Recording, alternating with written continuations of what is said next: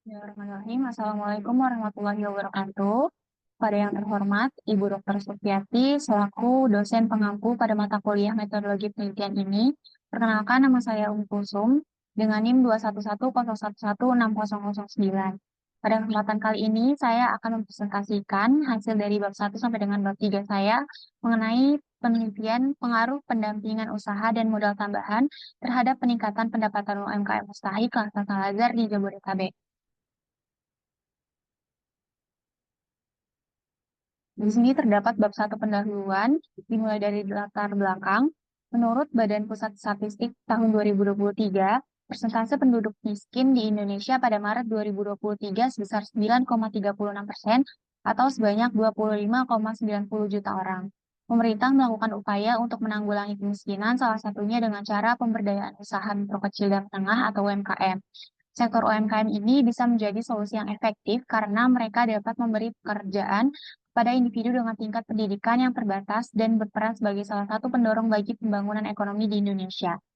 Walaupun UMKM ini telah memainkan peran yang signifikan dalam ekonomi lokal maupun nasional, UMKM ini, terutama usaha mikro, masih dihadapkan pada berbagai tantangan dan hambatan. Menurut Hairunisa dan Abdillah tahun 2022, hambatan yang umum dihadapi oleh usaha mikro seringkali meliputi keterbatasan modal, sumber daya manusia yang terbatas, kurangnya akses teknologi, keterbatasan bahan baku, dan tantangan dalam pemasaran produk atau jasa. Sebagian besar UMKM mengandalkan modal pribadi yang jumlahnya terbatas. Keterbatasan modal ini menghambat UMKM dalam meningkatkan kapasitas operasional dan mengembangkan produk-produk yang dapat bersaing di pasar. UMKM juga dihadapkan pada tantangan terkait kualitas sumber daya manusia yang rendah dan kurangnya pengetahuan serta keterampilan dalam bidang kewirausahaan yang berdampak negatif pada produktivitas dan kurangnya inovasi produk. Mengenai kondisi tersebut, Islam menyediakan solusi dengan memperkuat implementasi zakat, infak, dan sedekah, mulai dari pengumpulan hingga distribusi yang dapat dijalankan oleh Badan Amil Zakat dan lembaga amil zakat. Hal ini dapat membantu mengatasi hambatan-hambatan tersebut dengan memberikan dukungan keuangan dan bantuan kepada individu atau usaha mikro yang membutuhkan, serta memperkuat ikatan sosial dalam komunitas. Selanjutnya terdapat rumusan masalah. Saya mengambil 3 rumusan masalah. Yang pertama, bagaimana gambaran pendampingan usaha dan modal tambahan yang diberikan oleh Lasnas Al-Azhar kepada UMKM Mustahik di wilayah Jabodetabek. Lalu yang kedua, bagaimana pendapatan UMKM Mustahik sebelum dan setelah mendapatkan pendapatan usaha dan modal tambahan, pendampingan usaha dan modal tambahan dari Lasnas Al-Azhar di wilayah Jabodetabek. Lalu yang ketiga, apakah terdapat pengaruh yang signifikan antara pendampingan usaha dan modal tambahan yang diberikan oleh Lasnas Al-Azhar terhadap peningkatan pendapatan UMKM Mustahik di wilayah Jabodetabek? Untuk tujuan penelitiannya, yang pertama, untuk mengevaluasi efektivitas program pendampingan usaha dan modal tambahan yang diberikan oleh Lasnas Al-Azhar kepada UMKM Mustahik di wilayah Jabodetabek. Lalu yang kedua, untuk mengidentifikasi perubahan pendapatan UMKM Mustahik sebelum dan setelah mendapatkan pendampingan usaha dan modal tambahan dari Lasnas Al-Azhar di wilayah Jabodetabek. Lalu yang ketiga, untuk menguji apakah terdapat pengaruh yang signifikan antara pendampingan usaha dan modal tambahan yang diberikan oleh Lasnas Al-Azhar terhadap peningkatan pendapatan UMKM Mustahik di wilayah Jabodetabek. Selanjutnya, terdapat manfaat penelitian. Di sini terdapat dua, yaitu manfaat teoritis. Penelitian ini berkontribusi signifikan terhadap teori pemberdayaan ekonomi, khususnya terkait UMKM. Dengan menganalisis dampak pendampingan usaha dan modal tambahan terhadap peningkatan pendapatan UMKM Mustahik, penelitian ini mengembangkan konsep baru tentang strategi pemberdayaan ekonomi yang efektif. Penelitian ini juga memberikan wawasan mendalam mengenai integrasi pendampingan usaha dan modal tambahan untuk meningkatkan pendapatan UMKM. Selain itu, hasil penelitian ini dapat menjadi panduan teoritis untuk penelitian selanjutnya dan referensi dalam pengembangan program pemberdayaan UMKM yang telah terarah dan berdampak. Untuk manfaat penelitian praktisnya, penelitian ini memberikan wawasan berharga bagi Lasnas Al-Azhar untuk meningkatkan efektivitas program pendampingan usaha mereka. Mereka juga dapat mengidentifikasi jenis pelatihan atau dukungan yang paling diperlukan oleh UMKM untuk meningkatkan produktivitas dan pendapatan. Temuan penelitian ini juga membantu dalam mengoptimalkan pemberian modal tambahan kepada UMKM Mustahik dengan menentukan jumlah dan cara distribusi modal yang paling efektif. Selain itu, hasil penelitian ini dapat meningkatkan kesejahteraan UMKM mustahik melalui peningkatan pendapatan dan kesejahteraan dari program pendampingan dan modal tambahan. Lalu ada tinjauan pustaka. Di sini terdapat landasan teori, saya memasukkannya 4. Yang pertama, zakat distributif.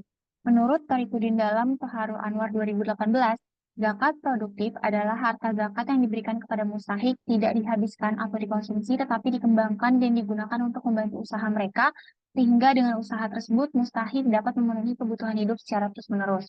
Lalu yang kedua yaitu pendampingan usaha. Pendampingan UMKM adalah proses di mana UMKM mendapatkan bimbingan, dukungan, dan bantuan teknis dari pihak yang lebih berpengalaman atau lembaga tertentu yang untuk membantu mereka mengembangkan dan meningkatkan usaha mereka. Lalu yang ketiga, pendapatan UMKM.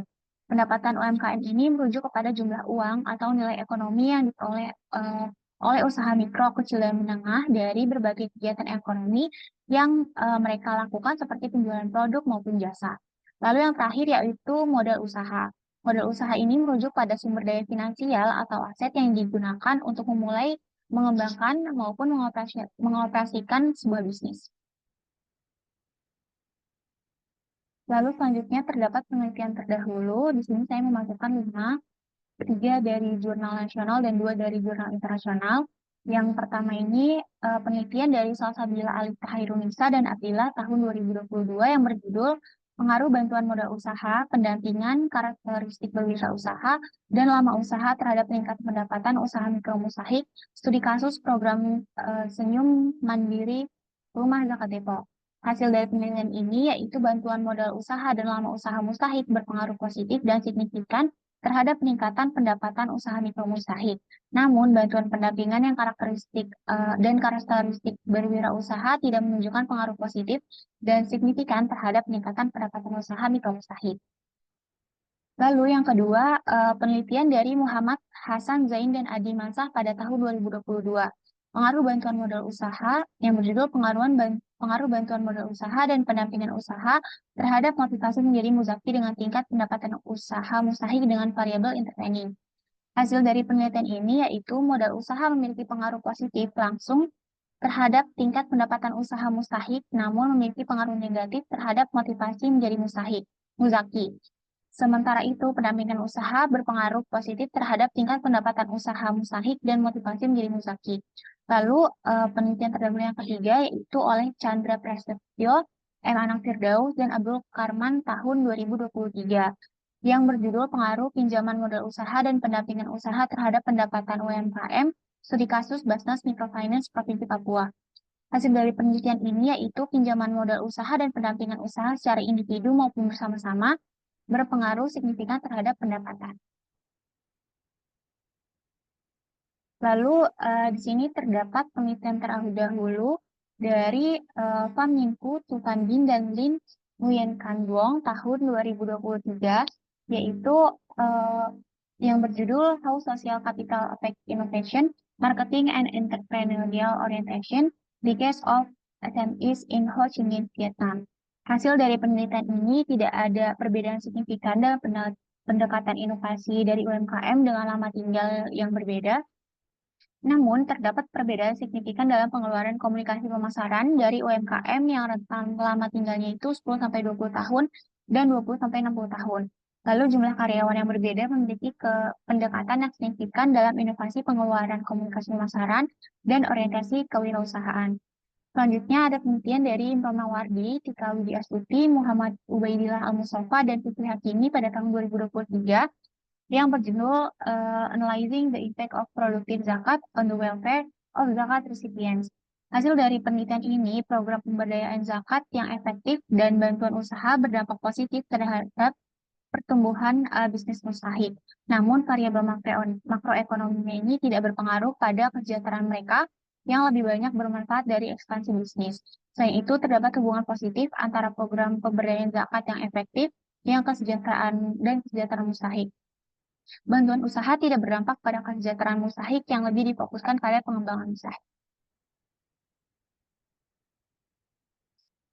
Selanjutnya terdapat kerangka penelitian. Di sini terdapat variabel X dan Y, di mana variabel X-nya ini akan mempengaruhi dari peningkatan pendapatan UMKM mustahik atau dari variabel yang ini.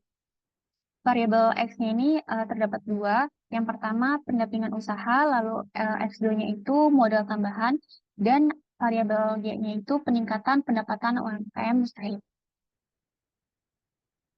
Selanjutnya, hipotesis. Berdasarkan model penelitian yang sudah saya buat tadi, maka hipotesis dalam penelitian ini ditetapkan sebagai berikut. H1 sama dengan pendampingan usaha memiliki pengaruh terhadap peningkatan pendapatan UMKM mustahik di Jabodetabek. H2, modal tambahan memiliki pengaruh terhadap peningkatan pendapatan UMKM mustahik di Jabodetabek. Lalu H3, pendampingan usaha dan modal tambahan memiliki pengaruh terhadap peningkatan pendapatan UMKM mustahik di Jabodetabek.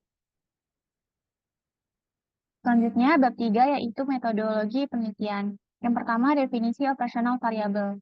Penelitian ini menggunakan metode kuantitatif dengan dua jenis variabel yang dianalisis, yaitu variabel dependen dan variabel independen. Penelitian ini mencakup dua variabel bebas dan satu variabel terikat. Variabel terikat yaitu Y adalah peningkatan pendapatan UMKM mustahik, sedangkan variabel bebas yaitu X yang dianggap mempengaruhi variabel Y adalah pendampingan usaha dan modal tambahan. Lalu untuk populasi dan sampelnya, populasinya itu UMKM di Jabodetabek yang menerima pendampingan usaha dan modal tambahan di Lasar Salazar. Untuk sampelnya ini saya mengambil 100 responden. Lalu untuk sumber datanya saya menggunakan data primer. Lalu untuk teknik pengumpulan datanya saya menggunakan kuesioner melalui Google Form, dan teknik analisis datanya saya menggunakan analisis regresi linear berganda menggunakan aplikasi SPSS 27. Berikut daftar pustaka dari materi-materi yang telah saya masukkan di PPT ini. Terima kasih, kurang lebihnya mohon maaf. Wassalamualaikum warahmatullahi wabarakatuh.